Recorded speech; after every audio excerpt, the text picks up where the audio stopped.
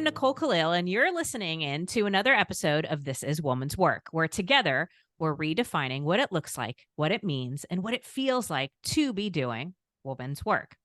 And in case I haven't been clear, the definition of woman's work is whatever feels true and right to you. It's your choice. Whatever makes you feel the sun from the inside. That's what woman's work is, because your gender isn't the determiner of your purpose, passion, or desire. You are. For many, though not all, being a mom is part of that definition. And my hope is that when we cover parenting topics on this show, that we bring a wildly different perspective, or at the very least, a broader perspective to what it means to be a mom. Because for me, being a mom looks very different than what society has told me it should and what parenting books suggests it ought to. I am not what my friend Liz Deacle calls a yummy mummy. You know, those super zen yogi moms that wouldn't dream of losing their cool and individually squeeze the milk of organic almonds while sculpting their abs, soothing their kids' feelings, and saving the whales. Yeah, I admire a yummy mummy, but there's zero chance in hell I'll ever be one.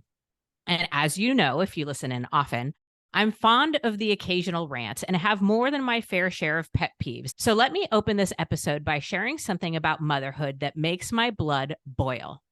And that's anything that even alludes to the idea that it's not work. Even the term stay-at-home mom pisses me off, as it implies they're just hanging around the house all day. It's freaking work. Anyone who says otherwise has never done it. Way back in the day, I used to work in finance, and one of the aspects of any good financial plan is getting the life insurance coverage you need. Trust me, by the way, when I say disability, life, and long-term care insurance is part of any solid financial plan, but that's a topic for another day. So I used to hear stories of men saying their wives didn't need life insurance coverage because they were stay-at-home moms. Really, Dick? And Dick is short for Richard here. Let's think about the value that's being provided for a second. If your wife was no longer here and you presumably had to continue to work, who the hell would do it all? And what would it cost you? You'd need childcare, a cook, a driver, someone to manage the household, a cleaner, a therapist, a grocery shopper, et cetera, et cetera. And I can tell you that shit does not come cheap. You'd likely need the equivalent of a full-time employee. So don't tell me you wouldn't be up a creek if your stay-at-home wife wasn't around to do it all. So all that to say, whether you're a full-time mom where your job is inside the home, or a mom who has an additional full-time or part-time job outside the home, you have a job. And that job has real value. And we should start thinking about it like that. P.S. I also believe that being a dad is a job and more people should treat it as such. And dad expectations should be as high as mom expectations. But we're talking about moms here today. Okay, I've invited Ashley Quinto Powell to join me to talk about this concept of mom as a career and as an employer. Ashley is a serial entrepreneur, a national speaker, and the author of Executive Motherhood, The Art of Having It All Without Doing It All. As the founder of the virtual assistant agency My VA Rocks, she knows a thing or two about running a business, and she's spoken about the topic of motherhood for TEDx. So, Ashley, thank you for being here to provide a different perspective on motherhood. Let's start with this concept of redefining mom as mother and employer. What does that mean? Well, first of all, thank you so much for having me. I'm really excited for our discussion, Nicole. You know, as we see women rise up the ranks in corporate, one of the things I'm really passionate about in general is making sure we protect the executive pipeline of women, but actually not so we just happen to have great diversity numbers at the top. Because women make amazing leaders, and any parent will tell you that the experience that they have raising children made them much better managers. And you know, the company that I have now is incredibly mom friendly, although we have lots of people who have side hustles and who are caregiving in general. And, you know, there's a lot of the stuff that we thought of for moms that makes sense for, you know, someone who is not caring for children in particular, but is just a human being. And so anyway, long story short, moms are amazing managers and we should put them at the top because they definitely want to be there. And as you know, we've sort of been assuming that if a woman has a baby, she instantly wants to have less to do with an upward trajectory in her career, but that is statistically not true. So what I kind of took away from that is being a mom is job experience. Like I often talk to women who maybe took time off when they had kids and they come back and they're like, I've been out of the workforce for so long.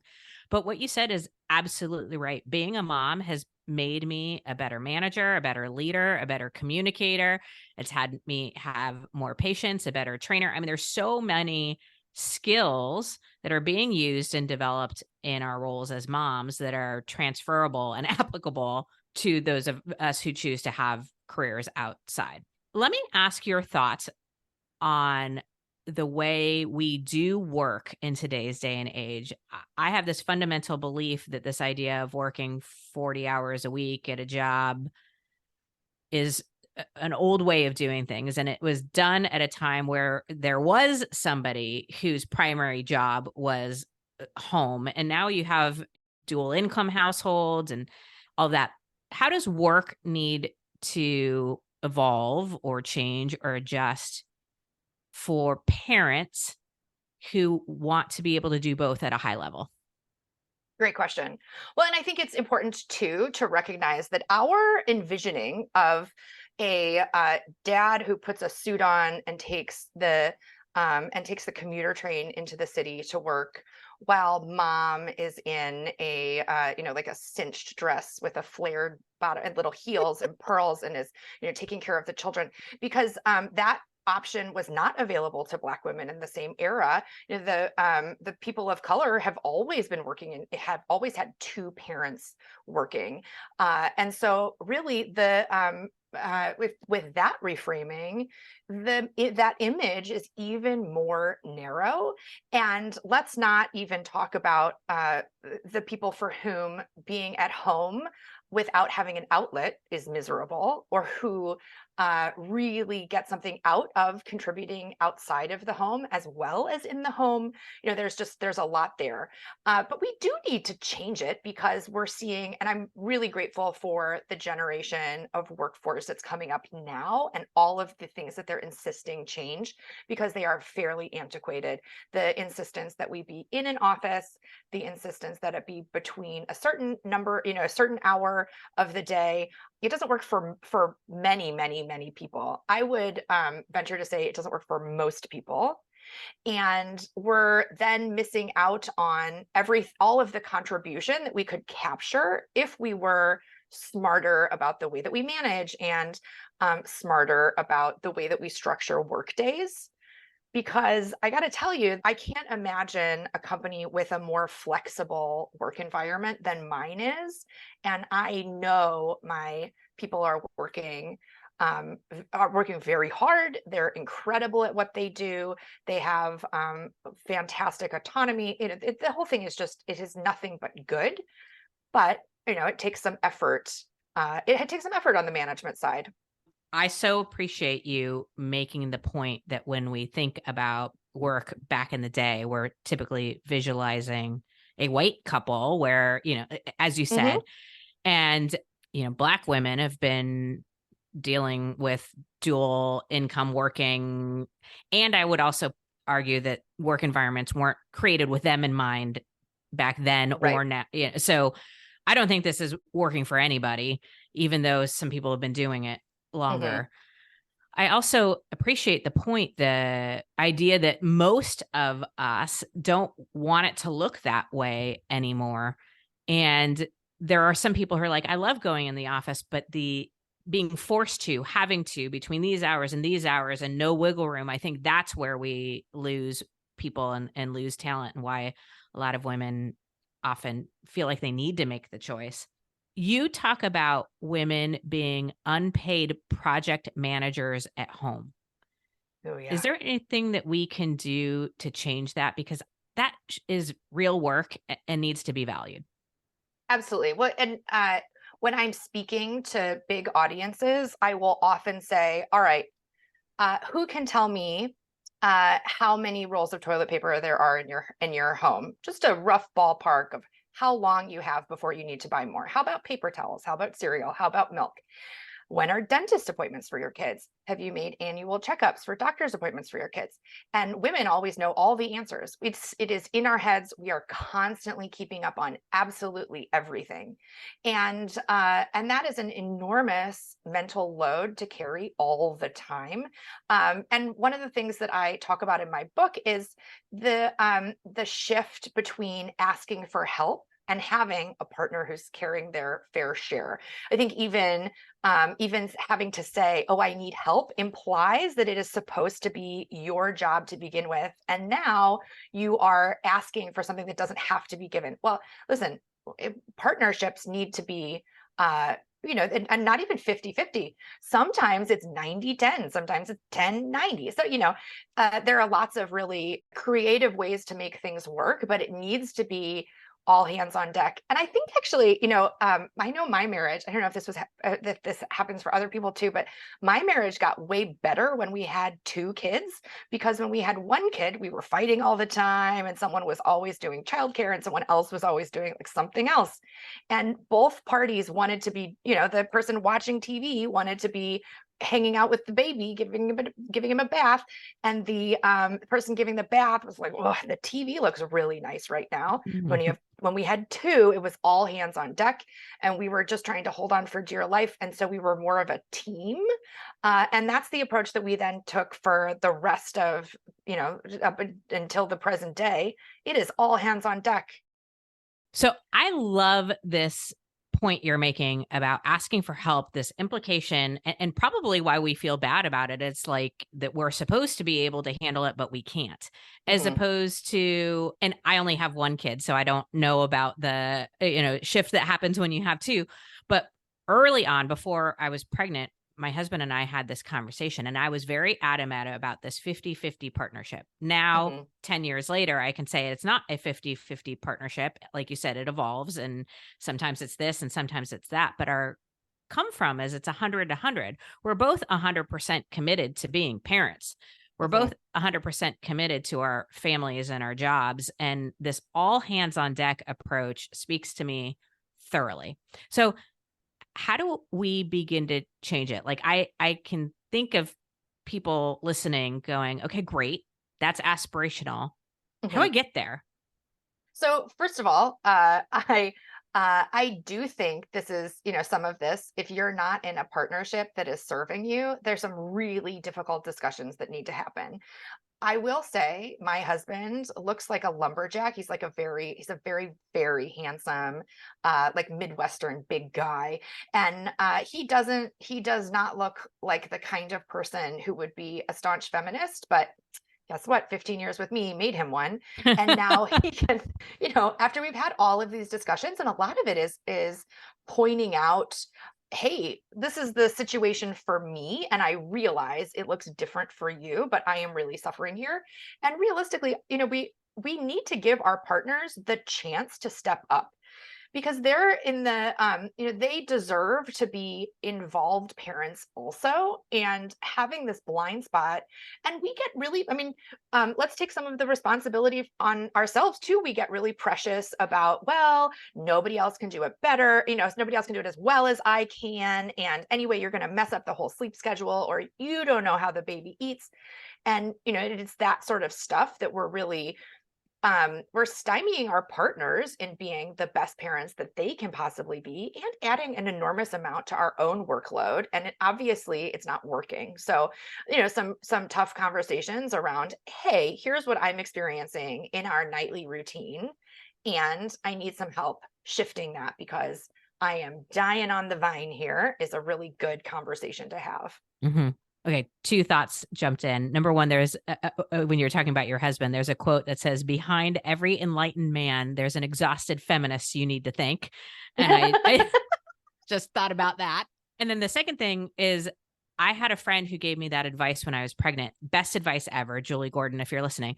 And she said, "You're going to have to like share things. And when your husband's doing something, do not say, 'Don't do it like that,' or 'You need to do it like this.' Just let him do it, because you're both figuring it out. Nobody has the answers. And if you do that, he's going to want to do it less and less. And sometimes he actually does it better. And who cares?" Mhm. And it was just the best advice, because I did catch myself wanting to be like, oh, no, you do the diaper that way. And it's like, Yeah.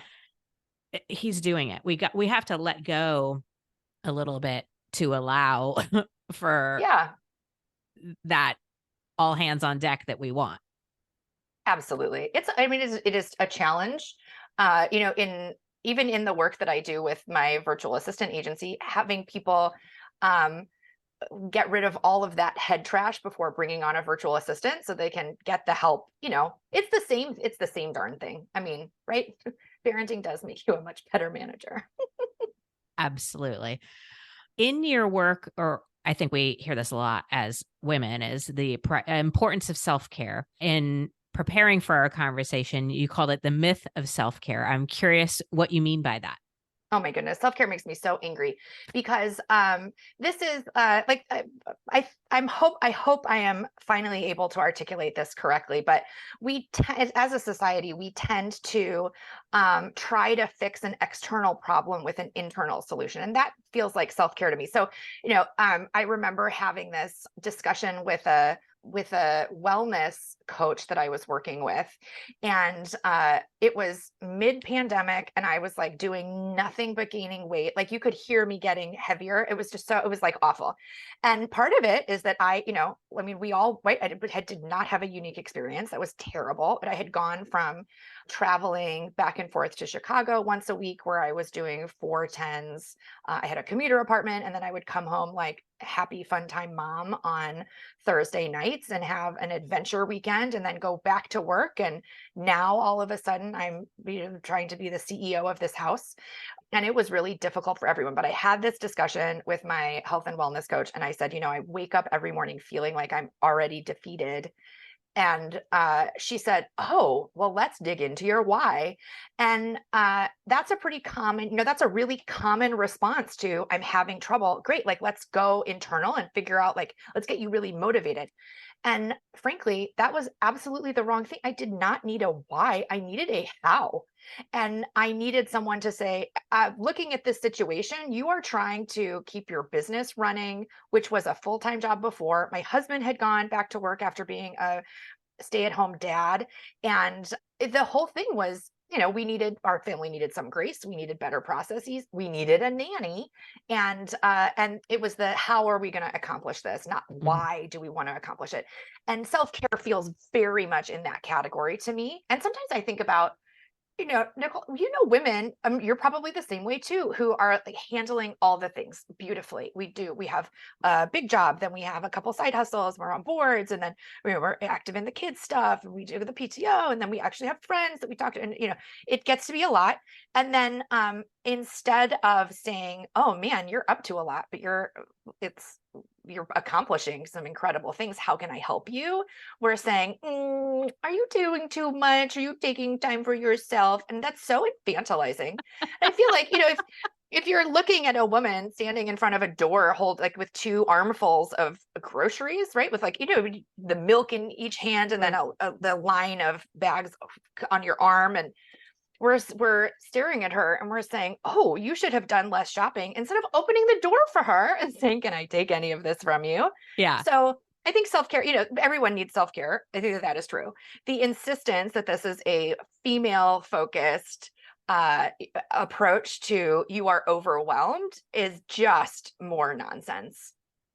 I fucking love you right now. This is so good. This is like my kind of rant, because self-care, I've said this on previous episodes, I have like beef with it, because my angle was, it feels more like kind of entitled and privilegey, because a lot of times people say self-care is like, oh, get your hair blown out or your nails done or whatever. And it's like, I am a huge proponent of we should prioritize ourselves and what makes us healthy and happy and fulfilled. And if you want to call that self-care, great, then I'm all for it. But that's not a lot what we're talking about. But I really like this perspective of there are some problems that need to be addressed with tactical solutions, with hows and whos. And it's not all the other shit that you're doing. Are you prioritizing an hour a day to do one more thing, and calling it self-care? because that's what I need. Or like in your analogy, as you're holding those two grocery, are you struggling because you're not taking the time to strengthen your arms? Is that the problem? It's like, no, I need somebody to do the grocery shopping for me, and I shouldn't be standing here holding a door with my foot. Right. Okay, this is fun. Yeah. So how might we go about addressing some of these how issues in our life? Well, I started a virtual assistant agency because I used VAs to handle everything from my work travel. And so my perspective is a little different, right? You have to have the budget to work with a VA. It's not for everybody. That's fine.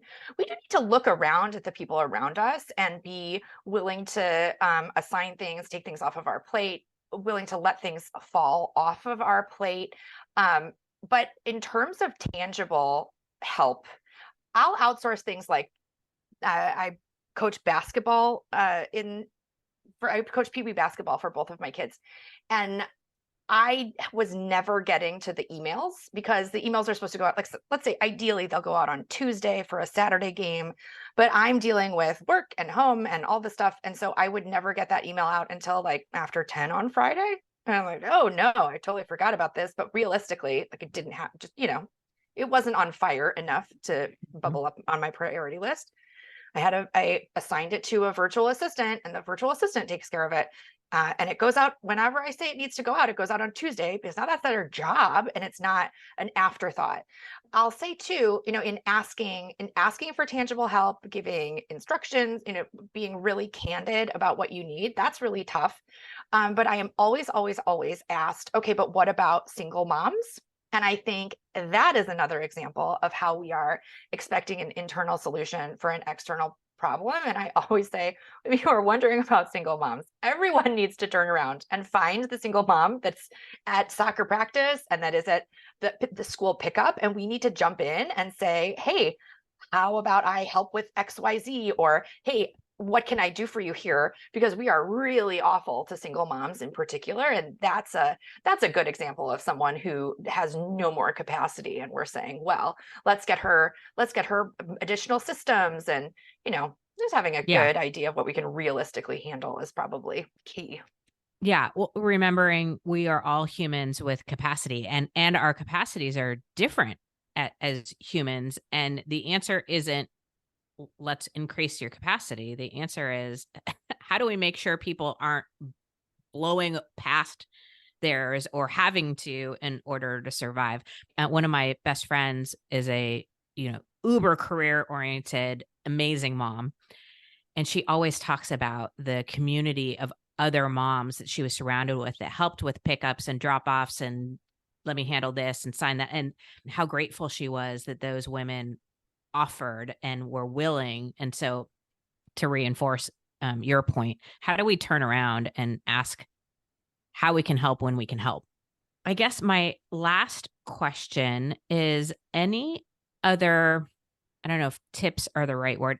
If it's not a VA, which by the way, I think a lot of people listening, we have a tendency to default to that's not possible or no, or I can't.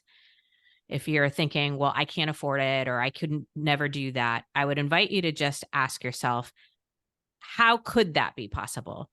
So for those of us who are entrepreneurs, like if I have to pay somebody $20 an hour and it frees up 3 hours of my time, that's 3 hours I can do something that generates some sort of income for my business, and we can make choices and all of that. So back to my question, outside of hiring a VA, what are other ways, tips, tactics for getting other hands on deck, whether it's a spouse or not?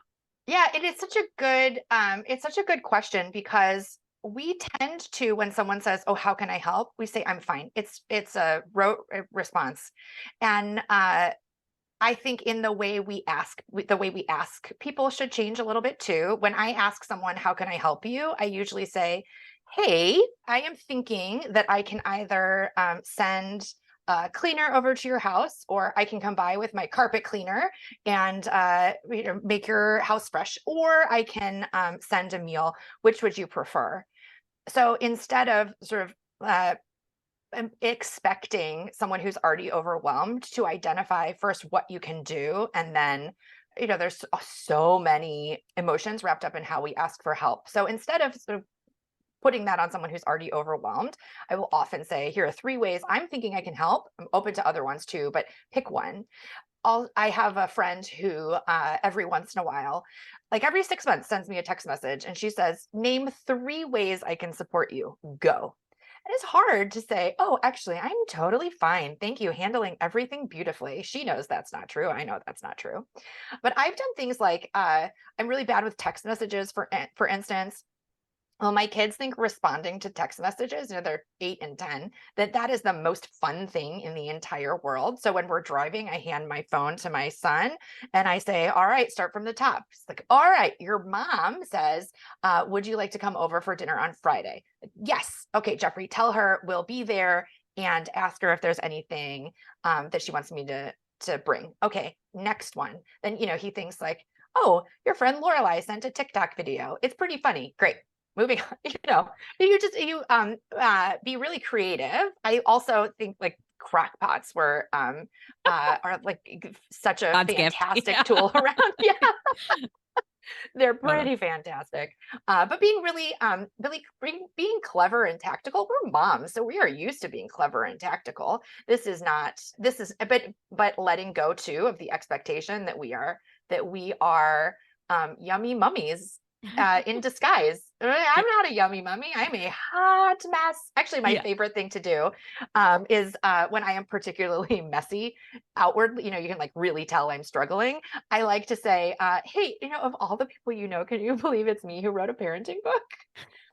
Because it is kind of hard to believe sometimes. It's so good. I love this tweak of, rather than asking, how can I help? Or even the like, I'm here if you need anything, or reach out. It puts the onus on figuring how to help on the person who needs the help. And it's like, again, I don't need another thing to do. I really like here are the ways that I can help. What's great about that too, is then you don't end up getting asked to do something that you don't want to do, or is like outside of your wheelhouse, or that is too much or too little. You can kind of provide the options. And I am absolutely going to start doing this with a few of the women in my life. Name 3 ways I can support you. And that could be as a mom or a business owner or a woman. You name 3 ways, I'm in. And there are a few people, I'm sure, in all of our lives that we can do that for. And I just love that. Ashley, thank you. I want to make sure people have the opportunity to find you. So Ashley Quinto on LinkedIn. You can also go to myva.rocks if you're interested in looking for hiring a virtual assistant. We'll put all of that in show notes. And of course, get your hand on Ashley's book, Executive Motherhood. You can order it on Amazon or tell your local bookstore to order it for you so we can keep local bookstores going. Ashley, thank you for your incredible work and really exceptional ideas today. Thank you so much for having me, Nicole. Okay, there you have it, friends. Whether you're a yummy mummy, or a holding on by the seat of your pants mom, or a mom who has a second full-time job, you have value. Recognizing, appreciating, and acknowledging that value isn't just woman's work. It's society's work, and it's about time we see it for what it is. Women doing invaluable work.